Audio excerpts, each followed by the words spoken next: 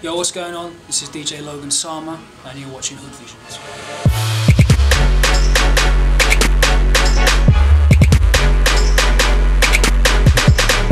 Okay, so firstly, I wanted to ask, since the involvement of grime and radio, and you know it's 2014, is a different era. In radio stations now, we find a lot of presenters as opposed to actual DJs who can actually DJ.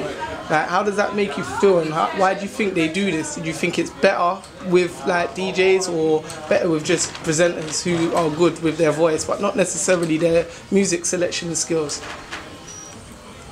To be a DJ, there's essentially three things you need to focus on. The first and most important one is your ability to pick out music at the right time for the right thing. So if you're playing a club set, you need to play music that people are going to react to in a club. If you're on radio, you need to know what tunes are actually going to be big in the future so you can champion them. You know, if you're playing a set for an MC, like I do within grime, you need to know what tunes are going to get a reaction from the MCs when you drop them in a set, when they're actually going to want to spit on. So that's the first thing. The second thing is technical ability. Whatever your job is, whether it's playing in a club, obviously you need to be able to mix live in the club, however you do that. If you're playing for MCs on radio, you need to be able to mix live on radio and juggle beats for MCs. And if you're like a mix DJ who just uploads mixes or makes CDs or whatever, then you need to be able to do that. But you need to have the fundamental skills to be able to do those tasks.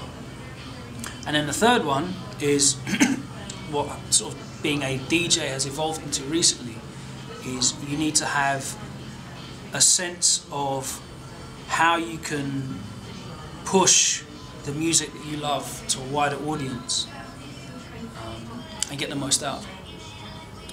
Now obviously if you're on commercial radio like I am, you need to be able to present properly. If you have any sort of radio show or regular broadcast show, you need to be able to present. It's a fundamental skill you need to be able to have. You know, if you're a mixtape DJ, you need to know how to get your stuff out there through social media, how to, you know, get people talking about it, how to get it blogged, that sort of stuff. So there's different skills that you need for different aspects of being a DJ. If you're looking at just people that are on commercial radio, then essentially you need to be able to present, because otherwise your show is going to be boring if people don't want to listen to you. You need to be playing good music that people caring about or will care about in the future, and you need to be able to mix as well. And even if you're just the guy that just presses play and talks, you need to be able to do that in a way that is interesting, like at least sounds smooth and people can flow with it. It doesn't, you know, fuck up the vibe. Yeah. Listen to the show. So do you feel like the role of a DJ has changed, like especially a radio DJ has changed like over the years, from like now where you just said like there are DJs who can just literally come in and because they're good and they can speak well, like they've got a job. I mean, that's the role of a radio DJ has always been someone who speaks well and presses play. The more mainstream the radio gets, the less it's about being a DJ, the more it's about being a personality. If you're a specialist DJ, you know, like I am, you need to be able to do everything. You know what I mean? You need to be able to mix, you need to be able to select up front tunes.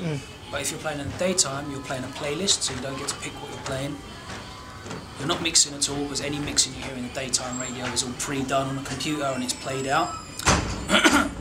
And you need to be able to speak the lines that you're given on your sheet for the day, which tells you when you're allowed to speak and how long you're allowed to speak for, and read your promos and do that sort of stuff. So, you know, there's different roles. There's different roles.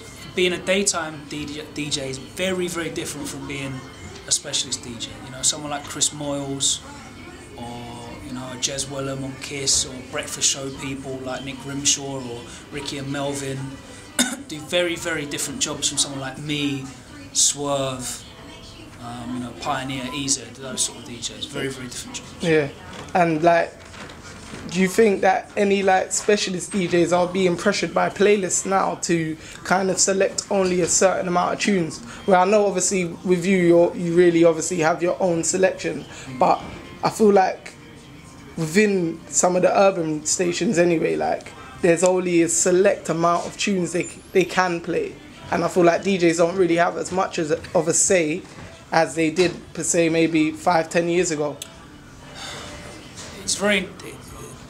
It's difficult when you're on a commercial station, because commercial stations are run for profit.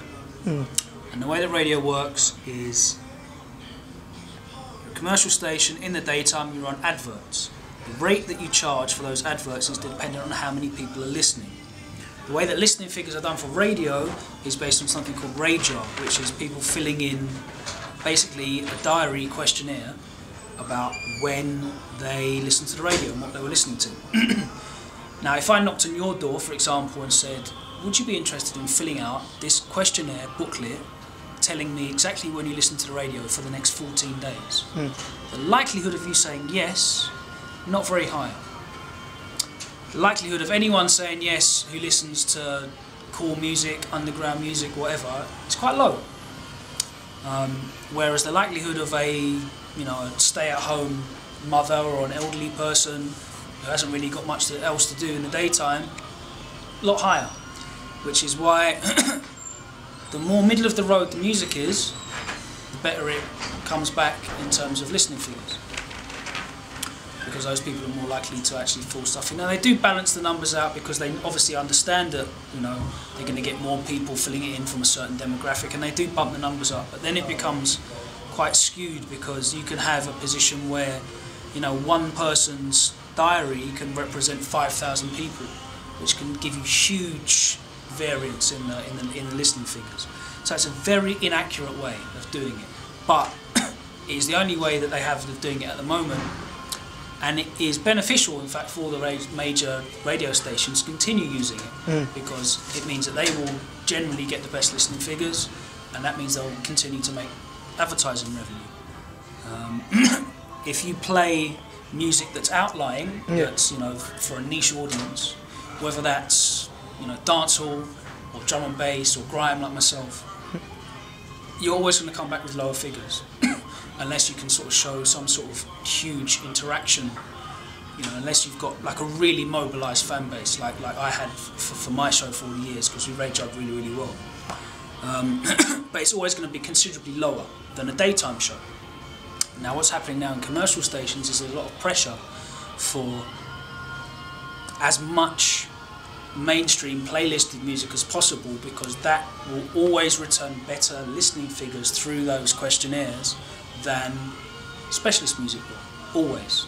And that's why you're seeing specialist underground music being marginalised, not just on commercial stations but also on community or pirate stations. They're getting more and more commercial as well. I mean, you've seen a number of formerly pirate stations drastically changing their sort of rosters and the number of specialist DJs they have on their station, even recently in the past couple of weeks, to play more mainstream accessible sounds. So it does make it quite difficult, but it's not difficult if you're still on the station. But there's a lot of pressure on the station managers to just get those numbers in, which is why they mad us, why I only have an hour-long show, which is why my show got moved back to 1 AM from midnight. Yeah, because that was the next question I was going to ask. That obviously you had the 2-hour slot before, and then it's now 1 hour. How much has that made you have to change what you used to do before to now? Well, going from 2 hours to 1 hour is what pretty much every specialist DJ on this station's had to do anyway. If you're from Monday to Thursday, you used to have a 2-hour show. We all have 1 hour shows now. For me personally, the impact it's had is I can't do a lot of the things I used to be able to do. I used to be able to do live sets on the shows. I couldn't do those, and that's why I started doing the after hours videos, and that's exactly what they were, after hours, after the show's done. I haven't got the time to do these 30-minute sets on the show, so let's record them after we're finished, put them up on the internet, people can watch them, and it's like a bonus. And I'm giving back. I don't get paid for that, I don't earn any money for that as well. It's literally just, I want to do sets with MCs, it's an important part of the culture, and I wanted to continue doing it. At the moment I'm not actually allowed to film those here, but we're looking into a solution to do those elsewhere, and hopefully they'll return by the end of February. it also means that I have a lot less time to play up-and-coming artists as well, because with an hour, you know, that's not even really an hour, that's actually 57 minutes with adverts either end and things. I have to play the biggest, most obvious grime tunes, because I'm on commercial radio, I'm not on pirate radio. I need to play the music that's big in the scene, the artists that are big in the scene, to hopefully a wider audience. So that limits what I can play, and it limits the amount of time that I've got to bring through new artists that don't have that fan base. Yes, they might be talented, but they don't have a fan base that strong enough wants to hear them. You know, do you know what I mean? And unfortunately, we're in a position now where there's less and less platforms for those people to build a fan base. Yes, you've got Twitter, yes, you've got YouTube, but they're so saturated that it's really difficult to stand out. Whereas back in the day, you could go on pirate radio. If you were the best person on, say, like a championship league level pirate station, you would get to bring into a Premier League station, and people would notice you because there was like a hierarchy. Now there's hardly any pirate stations. It's very difficult. So people are just doing freestyles, putting them on YouTube, but there's no differentiation between your video and this guy's video, apart from like the number of views. And again, that doesn't necessarily mean you're better than the next guy. You know, it means, you know, if I do a video on, say, for example, SBTV's channel, and then I could theoretically put exactly the same video on another channel that's new, and the difference in video figures, viewing figures, will be huge. Obviously, certain artists have, you know, more views and have a big fan base and more interest, more heat around and more hype. But you know, you can get lost in the mix because there's so much stuff going on.